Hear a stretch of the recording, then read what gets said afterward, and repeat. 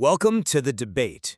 So today we're diving deep into what I think is one of the most significant cultural shifts of the last decade, the rapid migration of clinical mental health language, terms like trauma, triggered, boundaries, out of these private therapeutic contexts and into the very high stakes, very public world of online discourse.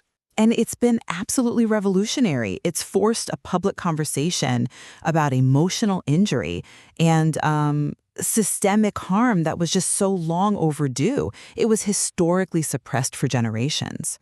Oh, it is transformative. I don't disagree. But we have to ask whether that transformation has been entirely positive. The central question we're grappling with today is this. Has this new public currency of emotional distress become weaponized to control social interaction and, frankly, to avoid accountability? Or does it represent a necessary, if, messy and imperfect, correction to generations of neglect and silence? Well, I'm going to argue that this increased sensitivity and the public embrace of vulnerability are absolutely vital. They're vital for validating marginalized experiences and for actively correcting systems of harm.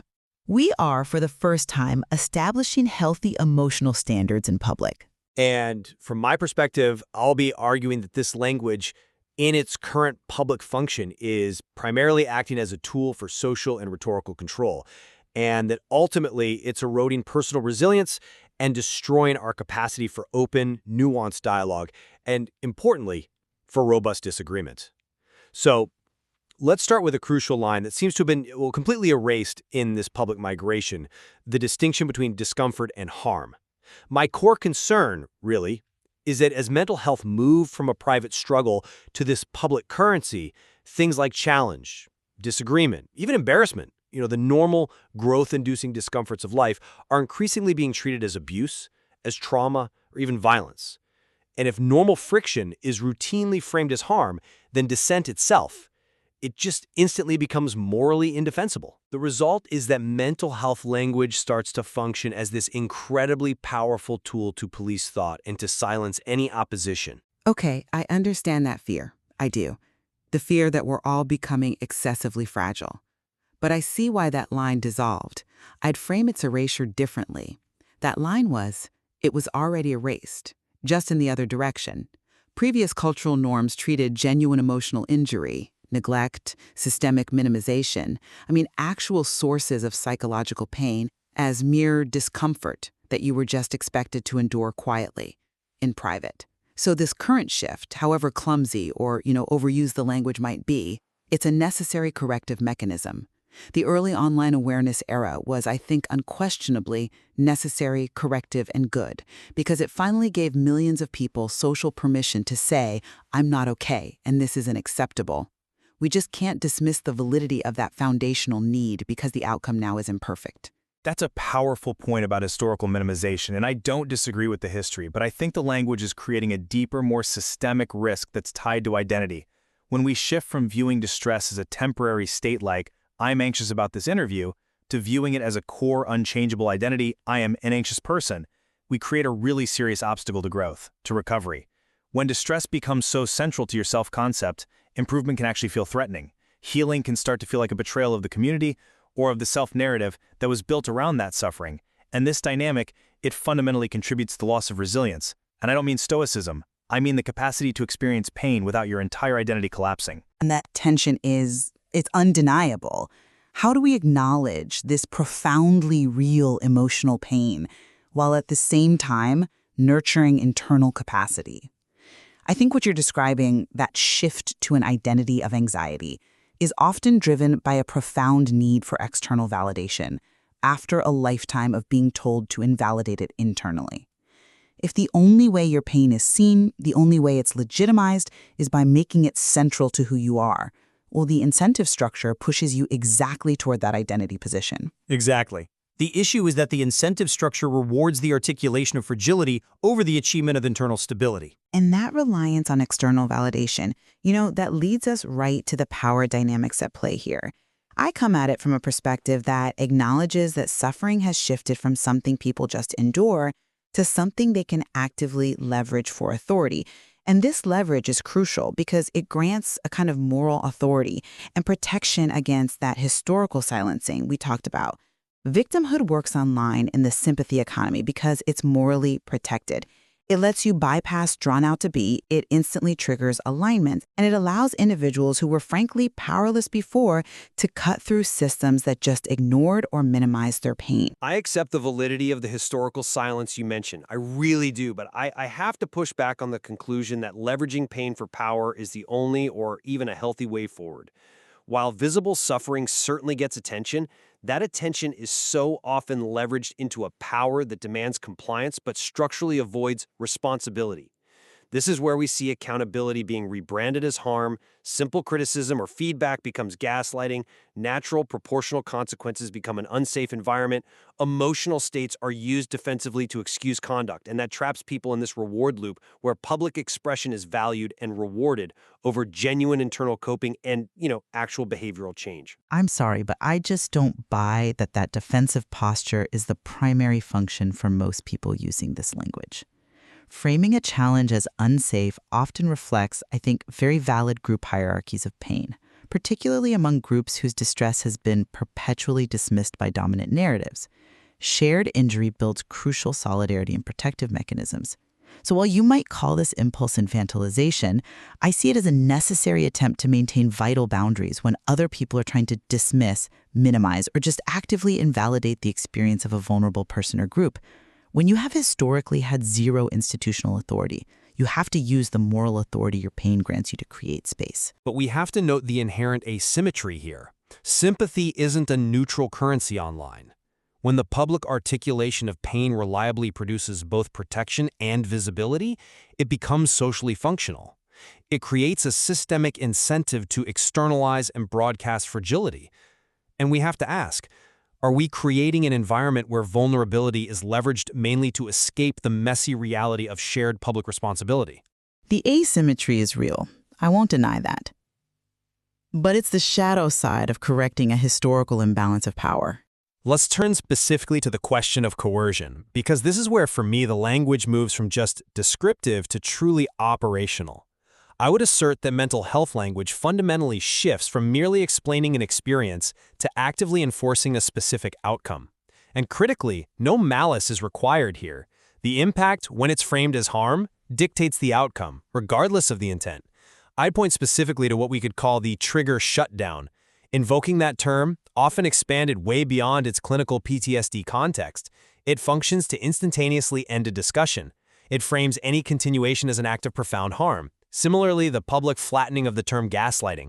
It's lost its clinical meaning, which is strategic psychological abuse to make someone doubt their reality, and now it allows mere disagreement or criticism, or even just forgetting something to be branded as abuse. This is the language doing work, not just describing a state. That's a compelling argument about the functional effect, I'll give you that.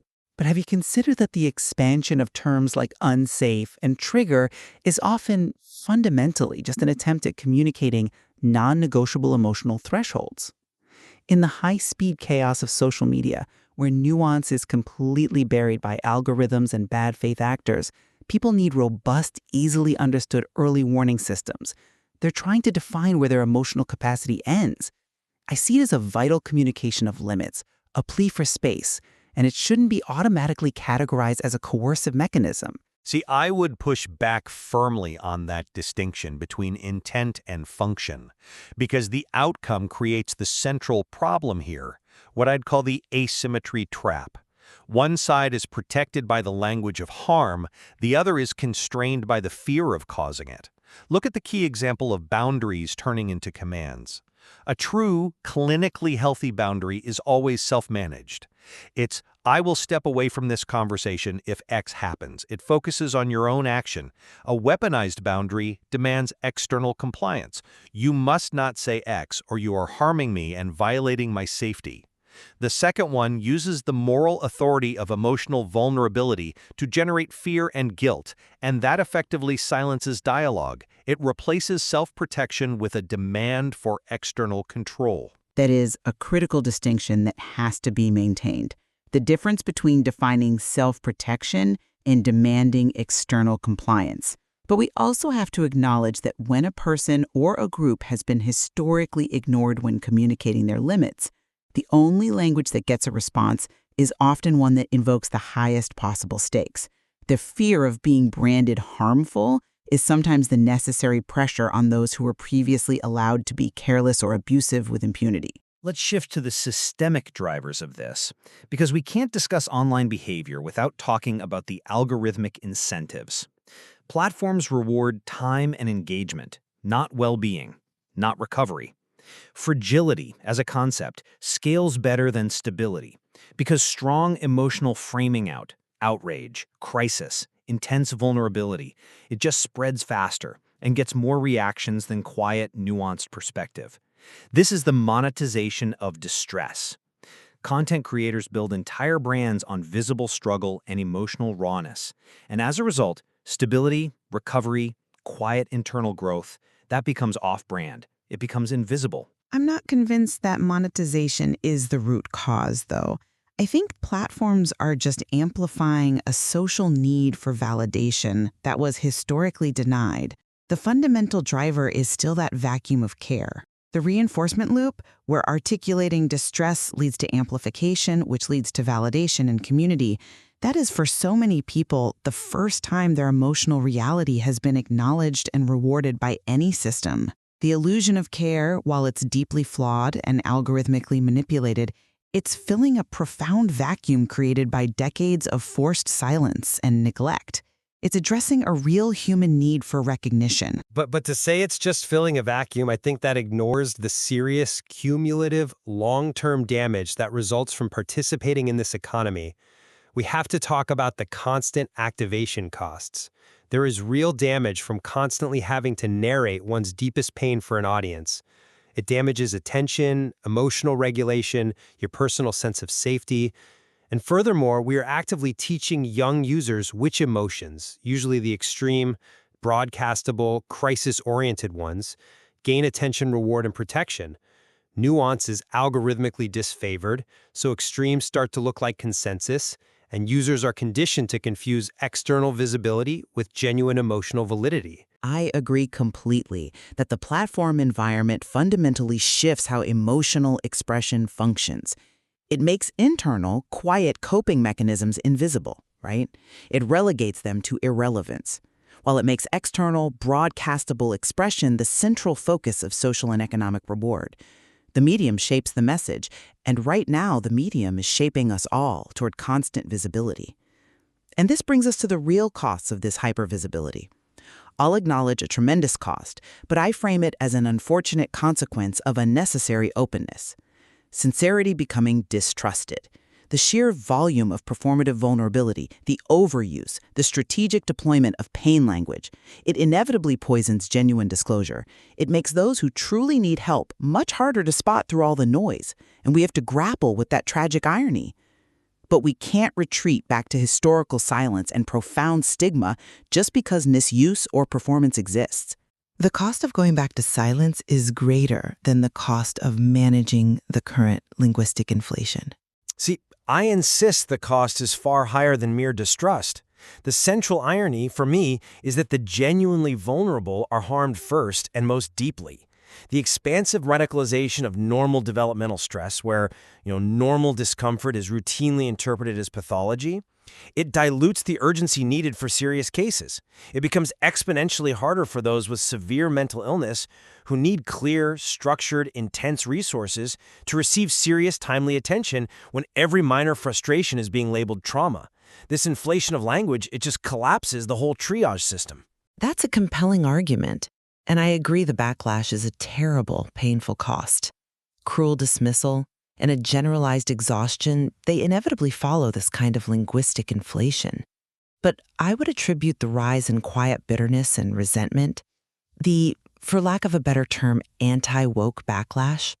I attribute that primarily to the systemic failure to provide resources and skills rather than the simple act of people speaking out and naming their pain. Resentment grows when genuine need meets resource scarcity, and people lash out at the messengers because they can't change the system. We can certainly establish a consensus that vulnerable people suffer tremendously regardless of whether we emphasize the costs of silence or the costs of performative misuse. And that just highlights the urgency of finding a healthier path forward, one that prioritizes agency over rhetoric. To reclaim this discourse, the core purpose has to be restored. It has to serve to improve lives, not just to win arguments or enforce social compliance. This requires absolutely restoring proportionality, recognizing that not everything is trauma, that developmental and clinical thresholds matter. We have to actively move from distress as a static identity to integration, where pain is acknowledged and integrated into a broader, dynamic self, not perpetually centered and leveraged.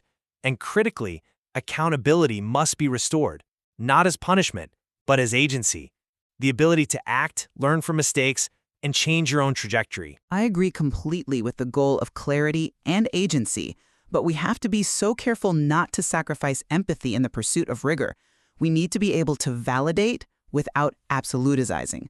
We have to recognize that feelings are profoundly real to the person experiencing them, even if those feelings aren't always accurate maps of objective reality or don't justify the actions they might trigger. Compassion and conceptual clarity are not mutually exclusive. We can maintain firm boundaries and adherence to truth without surrendering care. That's a crucial distinction, the difference between validity and accuracy. To finalize my argument, I believe reclaiming this requires actively teaching distress tolerance, which involves emotional regulation skills, capacity building, not just avoidance, and reframing resilience as internal capacity, not external denial. The ultimate goal is creating cultures that actually permit recovery and growth, and that means making space for uncomfortable things like disagreement, mistakes, and repair, without immediately defaulting to the language of harm. The core choice remains for all of us then. How do we apply empathy with clarity, ensuring that our compassion has a direction toward healing, rather than just leading to resignation and externalized fragility? So, to summarize my position, while the awareness era was absolutely vital, a necessary correction for historical wrongs, the current digital dynamic has unfortunately turned therapeutic language into a weapon of social constraint. This dynamic, I believe, fundamentally undermines the very resilience it claims to foster, making external compliance the functional goal over genuine healing and internal growth. We urgently need a return to language that empowers individual agency and recovery. And I would reaffirm that the current high visibility is a necessary, if sometimes painful, phase. It's required to dismantle old stigmas, to enforce new emotional standards, and to make space for previously marginalized experiences. While I fully acknowledge the coercion, the inflation of language, and the genuine costs we've discussed, sensitivity and public vulnerability remain essential tools for those who have been historically neglected, ensuring their reality is no longer invisible. The challenge then remains for all of us, differentiating responsibly between genuine emotional literacy and strategic emotional leverage. And ensuring that the clarity we seek is always applied with genuine care.